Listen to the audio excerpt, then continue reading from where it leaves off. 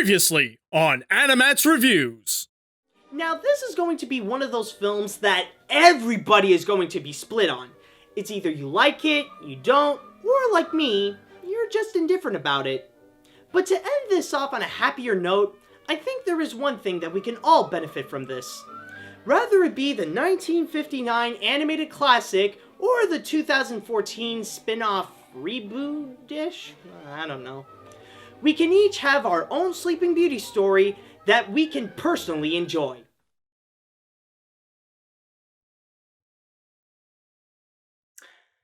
You know, there were times when I was a little too soft on certain movies. And my desk was so empty, like, where the fridge did I put all my movies then? Looking back at Disney's 2014 reimagining of their 1959 animated classic Sleeping Beauty, Maleficent is a film that, as time moves on and the more I think about it, the more I realize that it's actually really dumb. Granted, there are some good things to note about the feature, like Angelina Jolie did deliver a great performance as the Mistress of all evil, and the visuals are well done. It's just that everything else is a complete disaster. Even with Angelina Jolie putting effort, some of the cast is terrible, with people who are either underacting or overacting, and the writing is absolutely hopeless. What was supposed to be a remake of the animated film told through the perspective of the villain became this convoluted story that feels like a broken down ripoff of Wicked covered with pointless characters, embarrassing comedy, and a message of feminism that's so badly executed and forcefully hammered in that it actually did more damage to women representation in cinema than actually helping it. Because nothing says girl power more than turning Disney's greatest villain into Bayonetta.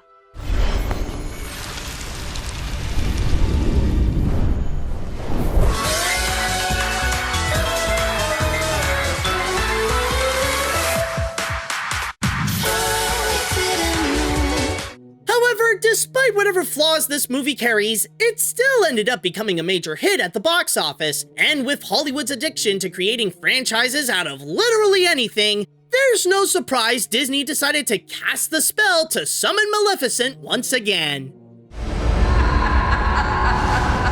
Must be a season of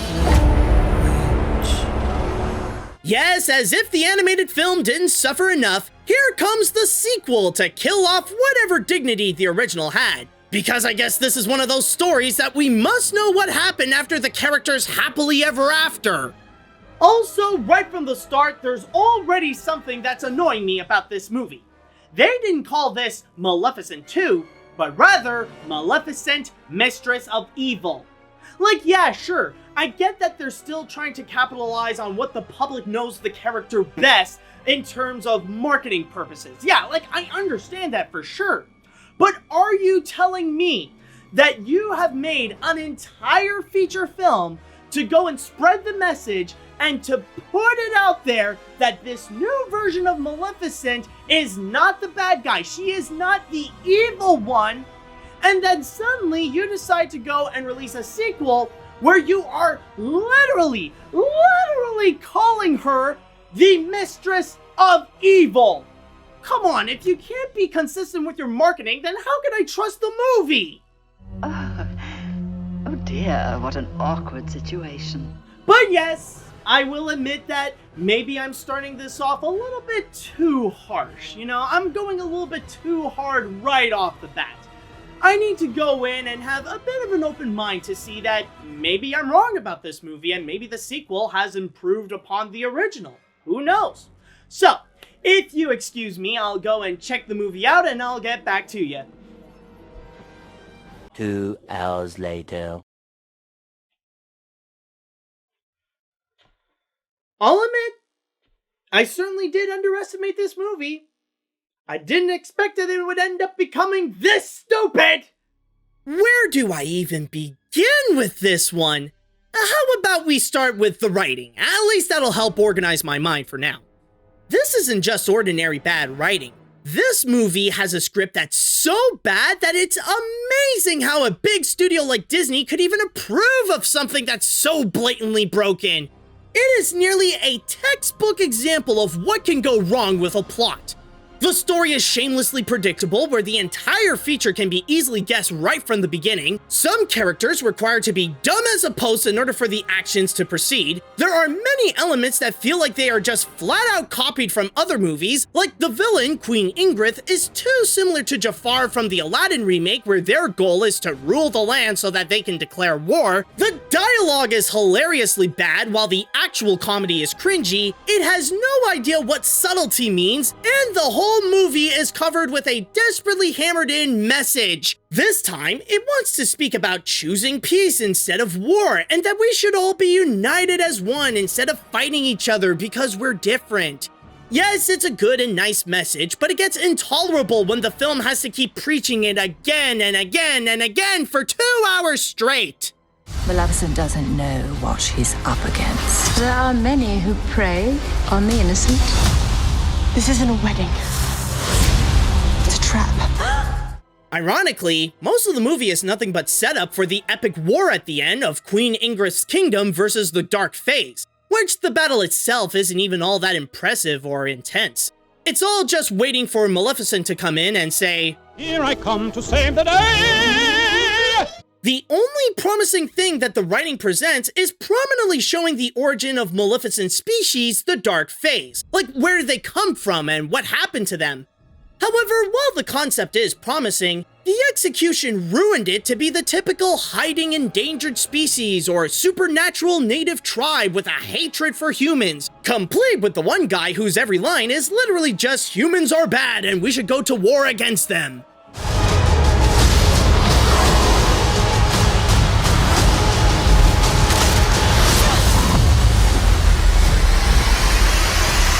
Technically, that shouldn't be all that surprising, considering that they brought back the same writer to work on this film, along with some new help for the screenplay, which is why this movie ended up having the same problems. It's just that the real shock factor is the fact of how bad these problems ended up becoming.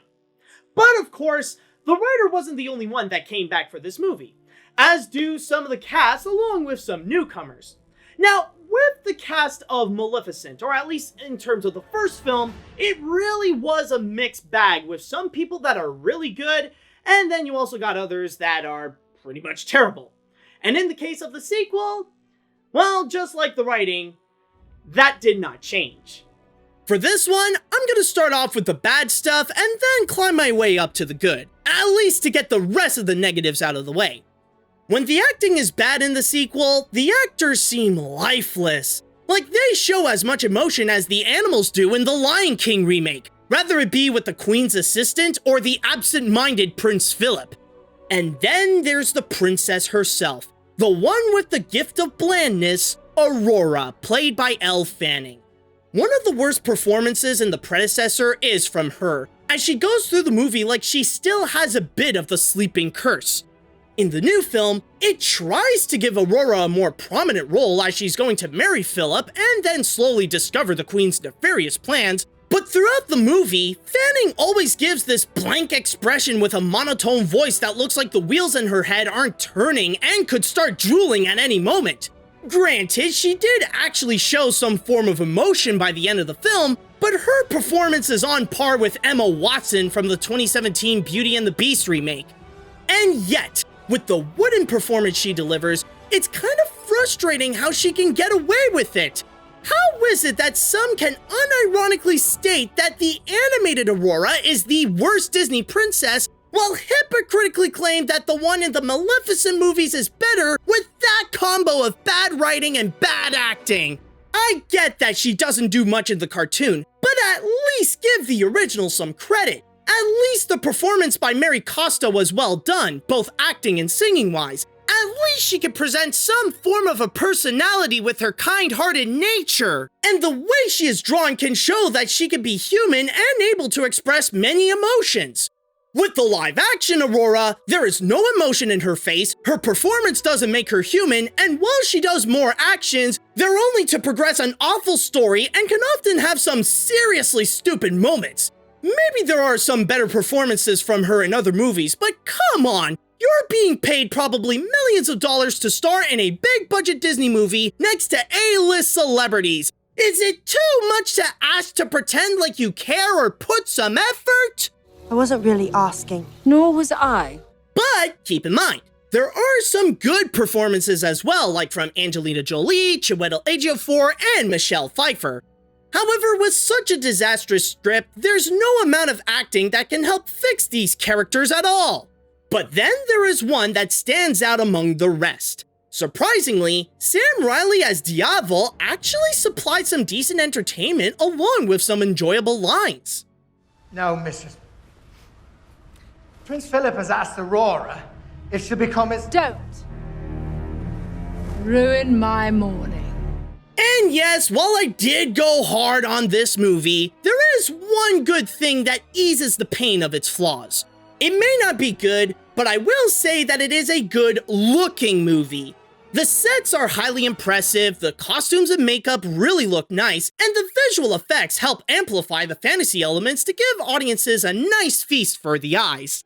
Maybe there are some moments where the effects can look weird, but it feels good knowing that in a movie where certain key members put no effort, there is something in this that actually cares about making something work.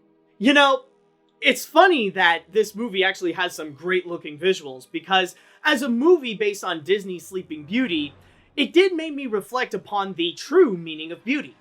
Now, this can be very pleasing to the eyes and it can look great.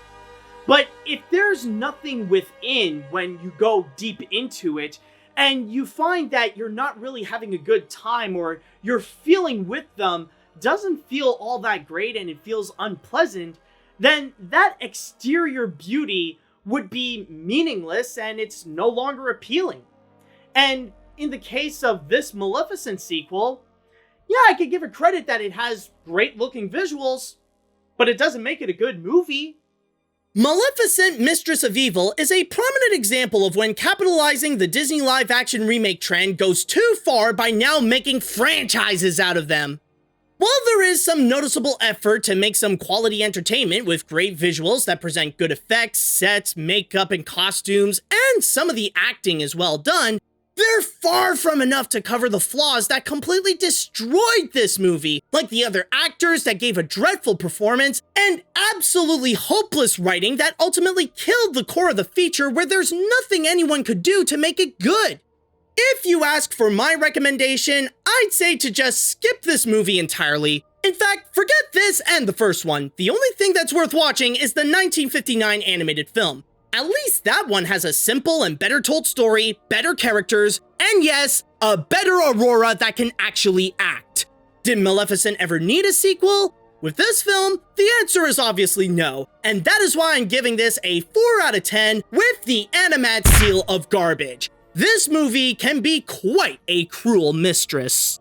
What's funny to note is that, yeah, I may not think about the first Maleficent movie highly, but I will give it that I can see a creative purpose of it.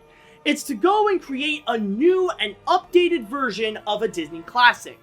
Yeah, sure, it didn't do it well, but at least creatively, there is a point. It gave itself a reason to go and exist, and to give filmmakers a little bit of an experiment to do something while giving us this one-off story.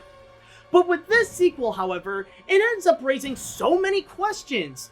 What is the purpose to have this movie in particular? Why is it that we need this update on what's happening with Maleficent after the first movie? Was there really that much of a demand that the public is pretty much pleading for us to have another Maleficent movie? Honestly, I can't really find much of an answer to it. And by looking at this sequel, I feel like the only reason why it does exist is mainly because the first movie made a lot of money. So now Disney wants to go and figure out if they can go and try to do it again with the sequel. It's just, when you go and make a movie like that, it's really obvious that the movie itself will end up not having a soul. And they'll realize that the purpose of it is just extremely hollow. And at the end of the day, the big question about Maleficent, Mistress of Evil is, what's the point? Like, really, here's something that I want to ask you. What is the point of Maleficent, Mistress of Evil? And it's a little bit tricky because it's extremely difficult to find a real good answer for it that it's not money. Like, try to do that. You'll see, it's a little bit tricky. See you later, dudes.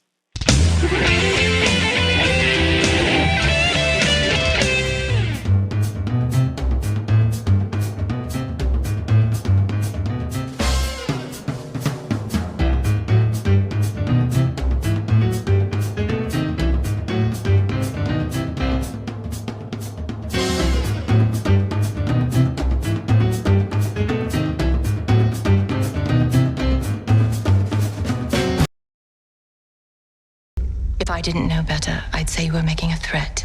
Well, do you? Do I what? No better.